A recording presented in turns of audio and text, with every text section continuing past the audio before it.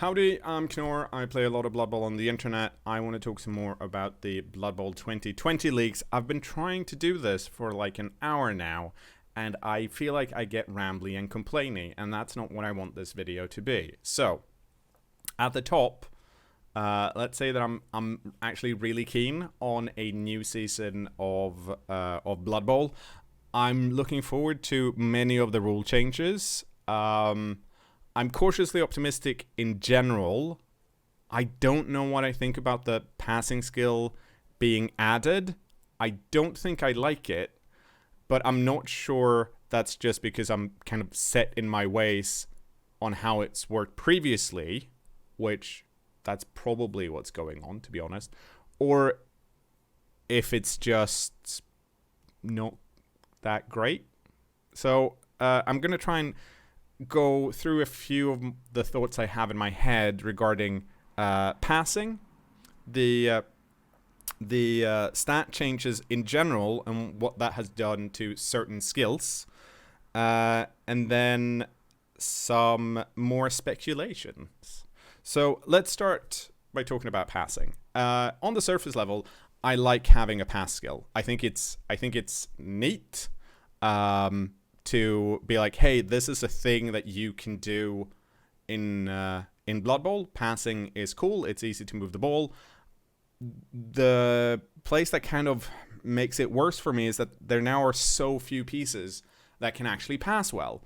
And I think they might have hit this a bit too hard. I totally get the idea of being like, just because you have agility 3, which means you're good at, moving on the pitch and dodging out of tackle zone and not longer being marked, that doesn't necessarily translate into you being able to throw the ball well.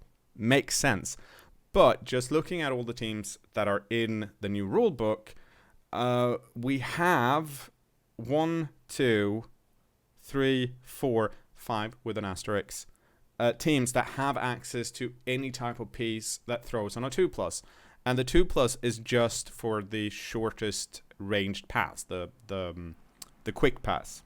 Other than that, teams have either a 4+ or some of them have 3+ throwers, and some of them have 3+ with either stunty or animosity, which also negatively affect them probably in a way where they don't necessarily want to pass. Stunty now, by the way, it's changed, so you can still throw far, but it's easier to intercept, and what all of that does. And I think my general worry with passing when it's this restrictive is that it's too clear who's doing what. Previously with elf teams, since anyone can move the ball, that's where the threat is, and that's why they're so expensive, and that's why they generally have lower armor value. Now, a lot of what they've been left with is, you need to buy the thrower, because otherwise you can't pass if you want to pass. And if you don't want to pass, then you're now a running team like everyone else, and you probably can't stack up to some of the other ones because what you're good at is mobility and speed. And this is, especially true for Skaven. It's actually, looking at the stat line, it's kind of odd that Skaven has access to a 2+ thrower when they have gutter runners that have so much mobility that they don't necessarily need to pass the ball very far. With that said, it's going to be interesting to see how this plays out. On paper, this seems like a massive nerf to elf teams generally, specifically the wood elf teams, because on the wood elf teams you generally didn't get the thrower. We're also missing the high elf team, and now the pro elf team seems to be like, hey, we're the one really good passing team now, outside of humans, which also has a really good thrower, which makes a bit more sense because they also have catchers, and I guess I kind of like that change. That's kind of on the human team with a 2+ thrower, but having agility 3 for everything else. That's where I see the pass. That's where it works, right? But if you're an elf fan or a rat fan, it's weird. I don't really know where I wanted to go with this. I just wanted to have that said. So let's move on to skills that have changed instead.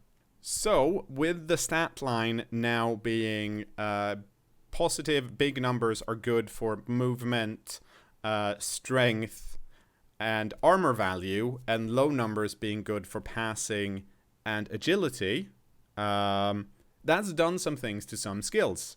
But actually, we should talk about the fact that they're now also max stat. Previously, it was like, oh, you can get at most 2, or you can get down to 1 on a skill. And now, the max stat instead are 9 for movement, 8 for strength, plus 1 for agility, plus 1 for passing, and plus 11 for armor value. There should also be an asterisk on passing currently, because the way it's written in the book, the way I understand it, 1 plus for passing is worthless, because even a modified 1 is a fumble. This works out better when you're trying to hit 7 with agility, because then you can just say, oh, if you roll a 1, that's an unmodified 1, and you'll always fumble. But since you're now going down, and it's written like, oh, a modified 1 is still a fumble, that means that if you had 2+ previously, and you throw a short pass, which is a -1 modifier, you roll a 2, you apply the -1 modifier, you now all of a sudden at 1. You fail that because that's a modified 1. In theory, if you increase your passing stat to 1+, that shouldn't fail, but the way the rules are written, you do, which wouldn't happen if it was based on agility. So that's weird. That might be errated out, or they might just change it so that the maximum you can have on a passing, your passing stat is 2+. I don't know. So now that I've said that, let's talk about some skills that are affected by this change. The first skill I want to talk about is a break tackle. Because break tackle used to be, hey, for 1 dodge roll, you can swap your agility for your strength, because you're so big and strong that you're breaking free. That works when agility and strength work the same way, like mechanically. But since they don't anymore, you can't have a skill that just says, hey, instead of using your high agility plus roll, you get to use your high strength roll, because then all of us, like, it doesn't work, right? You understand what I'm saying. So that means they've changed break tackle, and break tackle now instead is, if you have strength 4 or less, you get +1 on your agility roll. If you have 5 or more strength, you get +2. That's really bad for big guys in general, because most of them have low agility to begin with. And it's bad for any piece that has really low agility but strength 4. Specifically, lizardmen Saurus. They have strength 4, but they have agility 1, or let me just double check the stat line here. So Saurus blockers have an agility of 5+. So them getting break tackle means they now all of a sudden dodge in a 4+. That's not good enough. Compared to previous break tackle in our current iteration, they dodge out on a 2+. Like, they can only use it once still, so it's not horrible, but Saurus blockers can no longer just be used as a blitzer outside of, oh, I need to free this Saurus to be able to get out, to blitz something. So if you have a very obvious Saurus blocker that's your blitzer, or like your ball sacker, all I have to do to counter you is to base that guy, because you're not going to be able to dodge away from him. If you had break tackle as it worked previously, that's not a solution for me. I then have to probably cage up or screen more effectively so that this piece can't move around. And the same is true for Chaos Dwarfs. That's less of a problem though, because Chaos Dwarfs are not yet in this version of the game. But it's the same issue for flesh golems, for mummies, for any big guy that wants to blitz, or for most of them at least. You might still get it on ogres possibly, or anything that have like a 4+ agility. I don't actually know if any of them do, but it's no longer useful for low agility, strength 4 pieces. Like, you can't really use it for that intended behavior.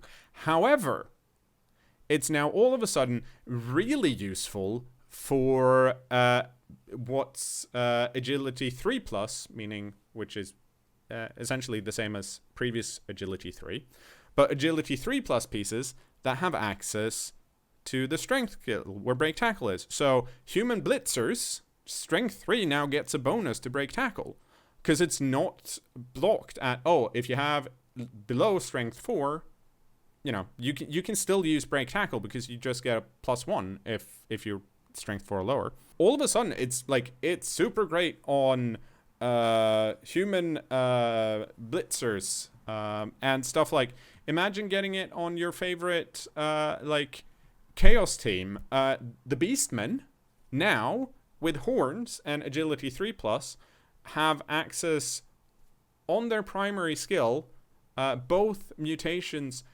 and strength, so they can get both break tackle and 2 heads, dodging on a 3+ into dodging on a 1+, which means they can now dodge into tackle zone. So, like, break tackle still works, but now all of a sudden it's more useful for what we previously would consider agility 3 pieces with strength 3, where previously was useless, and because you have an easier time getting your secondary, or what was previously double skills, because you just have to pay more SPP, those teams can now all of a sudden build really good dodging ball sackers. That's a strange change, but it'll probably be fun to play with. It sucks really hard for the lizardmen though, but it'll be fun to play with for the rest of us. I also want to give a shout out to my new favorite dwarf skill, defensive, which is an agility skill that on your opponent's drive, your players with defensive stops any player that's marked by them from using guard, which means that you can now get a dwarf runner, give it defensive, put it next to 2 longbeards with guard, like right next to each other, and if someone with the same strength as your runner comes in and tries to blitz the ball, they're not going to be able to get an assist, and they're going to be stuck with a guard assist against them, regardless of how hard they try, because the piece they're blitzing has defensive, so neutralizes all of the guards that you want to apply to blitz him down. Good skill for dwarves. I'm not sure how good it is a skill for anyone outside of ball carriers, but if you have access to agility and you've already gotten yourself, a few skills under your belt, and you're playing a running style type of game where you cage up, which, as I mentioned with passing, is probably what more teams are doing, it's going to be really annoying to get that ball off of you now. That's neat. I look forward to trying to play with that. It's also probably kind of frustrating to play against. Let's also quickly talk about Hypnogaze. Hypnogaze has, because once again, the stat line has changed from rolling your agility plus your die to get 7 to now be roll the number your agility is or higher. Hypnogaze is actually one easier to do now, assuming you have agility 2+, because it's a straight up agility roll, which isn't an issue currently because the only piece that has Hypnogaze is an elf star player, because vampires are not in this edition. It's still interesting though. It's having it be 2+ rather than 3+ is a hell of a lot better, especially if it's on a star player piece. Decay has also changed. It's now a plus on the, I think it's the casualty roll. I'm not 100% sure because I don't necessarily remember. But it's no longer that you roll twice. It's just one higher up, which would have been a problem for Khemri, but Khemri are not in this edition currently, which kind of made me wonder because several of the teams that were currently missing, like, hang on, I have a list. Where is my list? My list is here.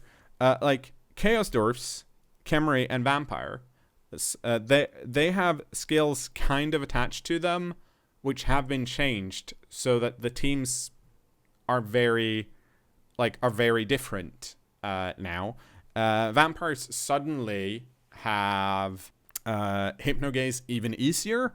They're also strong and they dodge quicker, and because of the way the new SPP distribution system works, they can probably get more of the skills they need quicker as well, especially since Pro is also 3+ for most things at the moment, if they wanted to get that. Khemri have a lot of Tomb Kings or Tomb Guardians. They have Decay. I haven't done the math. If it's worse that it's +1 rather than you roll twice, might be either way, but someone probably has to look at it. Chaos Dwarfs, their Bull Centaurs don't necessarily need Break Tackle, but it's a very common skill to get quickly, and if they don't get it, they can kind of get stuck really quickly, and they might not be able to be bailed out, which, you know, changes where they stand on the power level. I don't know what the issue with Norse or Amazons are. It might be that they don't have models, which has been the speculation for most of these teams. High Elves, because we now have a passing skill, you know, it's weird to me that Pro Elf made it and not High Elf or Elven Union. I don't know where I was going with this, but it's interesting that some skills have been changed so drastically that certain team builds don't really work. They did previously. Oh yeah. One final thing I want to talk about. And when I say one final thing, I actually kind of mean 3 things that are tied together. I do have a point at the end of this. I just don't have a proper way to getting to it, because it's just a bunch of random thoughts in my head that I'm trying to organize into some kind of narrative, and I'm failing horribly. I'm really sorry. But the final thing, that's 3 things, are these. First of all, like, how teachable is this version? And I'm going to get... That's my final point. My first point leading up to that is, what have they done to the poor orcs? And I have a middle reason for this, which I'll get to, because I don't know if anyone's noticed it. Maybe everyone have, and I'll be like, the doy. I saw that straight away. So what they've done to the orcs. It used to be humans and orcs, basic Blood Bowl teams. You've heard me several times, if you ask me on stream or somewhere else, be like, oh, what team should I start with if I want to learn the game? And I've always said, well, either go humans or go orcs. This iteration of the main orc team, which is not the black orc team, which is cool. That team looks cool. I want to play with it. It's probably annoying to play with, but I want to play with it. That's a side note. What I want to get to is that normal orc team, literally every piece on that team has animosity to at least some other piece on the team, which probably won't matter that much because you're not going to be passing that much anyway or handing off. But I mean, we've seen me play enough against orc teams that sometimes green elf bullshit happens. They pick it up, they hand it off to someone else, and they run it in, which they can still do. It's just slightly harder. They might get animosity, which would be really annoying as your orc player. But it generally means that if I'm playing against orcs, I can kind of, they're probably not gonna hand off to each other. What they might do is use the skill Fumblerooski, which lets a piece put it on the floor and then have someone else come and pick it up. That's in passing, so throwers get to do that. But that led me down this weird path of me being like, hang on, they messed with the orc team. They they gave everyone animosity. Only one piece can kind of pass the ball now, and handoffs are harder. Like, humans and orcs aren't necessarily even anymore. What does that do to like the classic Blood Bowl matchup of humans and orcs? And then I started looking at it, and hang on, I'm gonna do some editing magic here, and by editing magic, I mean I'm gonna add an image to the background. There we go. So this is what Warhammer Community posted, which is, I think, the official box art of the new box. This thing, ooh, that guy, wait, oh, my hand's at, that guy, that's not human. That's an Imperial nobility piece. This guy is clearly an orc, but squinting at one of the first pages of the leak, which shows what you need to play Blood Bowl, there are 2 teams and a board. One of the and these are unpainted teams. Like, this is normal. You can see these in most of the rule books. I don't think I picked up my Death Zone of the previous iterations, and I don't think this has it. No, it doesn't. But definitely some of the other ones do, right? And it's like, here's what you need. Here's what it looks like. Here are the plastic pieces. One of the teams that are shown on that page is clearly just red plastic Imperial nobility pieces. That's what they are. The other ones could be orcs, or they could also be the Black Orc team. And to me, it then seems more probable that in the box we'll get this setup of Imperial nobility players and this setup of Black Orc, the Black Orc team. Pure speculation, based on box art, nothing else, really, outside of the leak picture. That it's kind of not high resolution enough to see what's going on, outside of the fact that they're Imperial nobility players, which in itself doesn't necessarily mean that that's what comes in the box. But it does kind of make sense that the new box has different teams than the 2016 box, because it means I, that already have the 2016 box and have a setup of current gen humans and orcs, would buy this version, because now I get Imperial nobility and Black Orc instead. So that's going to be my guess. I also base my guess on the fact that the 2 first teams that Warhammer Community presented in their blog posts were Imperial nobility and the Black Orc team. And then they went with Necromantic, but as the 3rd team.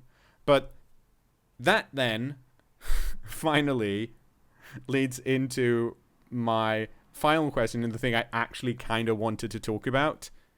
How teachable is this version compared to previous versions of Blood Bowl? And I'm gonna point out that I've taught a lot of people how to play Blood Bowl. No, I haven't necessarily taught them well, but I've taught a lot of people how to play Blood Bowl. This version, as it's currently written, is less approachable and harder to understand than the previous Living Rule book and Blood Bowl 2016 versions. And I think that is in large part due to the fact that they flipped the stat lines around. That agility and passing and armor value, well, specifically agility and passing, does no longer follow the same formula as movement and strength. And it's just weird to me that they've decided to extend the stat line, which I don't necessarily mind, but then go away from being like, here's your agility, you need to get to 7 with your agility plus a die, to this thing where you roll, and if you roll over or what your agility is, then it's fine. That on paper seems simpler, because it is. Like, you only have to tell people one thing. They don't have to do math in their head. The problem is that a lot of the rules and systems in Blood Bowl are coming from the old system of you need to get 7. So they had to make a bunch of tweaks to kind of make it work, which admittedly you kind of have to do what you had to do anyways earlier, right? Because, you know, if you have agility 3 and you're dodging into no tackle zones, you're like, well, then that should be a 4, right? Yes, but you actually get a +1 on your agility roll, so it's actually a 3. That's actually, you know, that's fair. That's harder to teach. It's just that that's what most of the rule set has already been based on.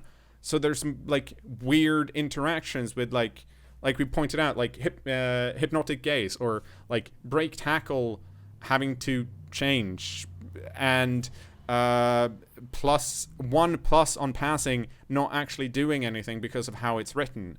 And a lot of teams have added like animosity now, and because passing has been moved out, you actually kind of have to remember another stat line that's not necessarily as internally consistent as the agility one, in that there are certain pieces that have as much agility, they're just shit at passing, compared to other pieces on the team that have the same amount of agility that are like better at passing.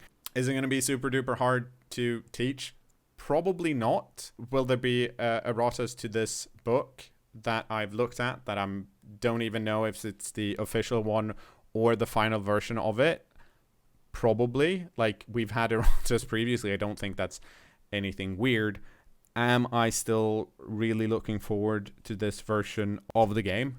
Yes, 100%. Like, 3 times as much as I was for Blood Bowl 2016, because Blood Bowl 2016 was generally not a disappointment, but it was a bit of a, oh, this is just kind of similar but a bit meh. And this one's like, this is different, and also look at these teams. And you know what?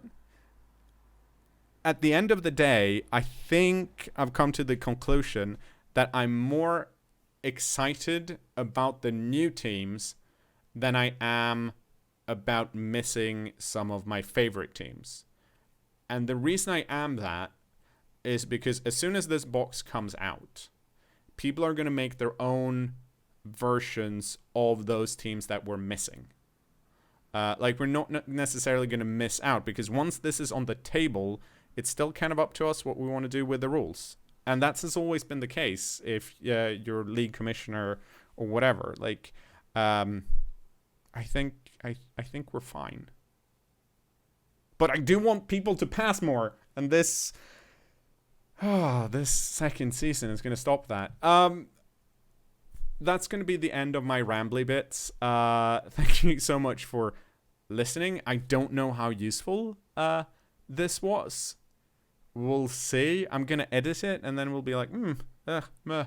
But yeah, I don't know if I'm going to talk more about the leaks until we actually have, you know, proper Blood Bowl 2020 news. But if you're new here and haven't seen this before, you should probably subscribe, because there's a lot of Blood Bowl content coming up in your feed every day. Thank you guys so much for watching, and leave your own comments about what you're looking forward to the most about the new edition of Blood Bowl. Goodbye.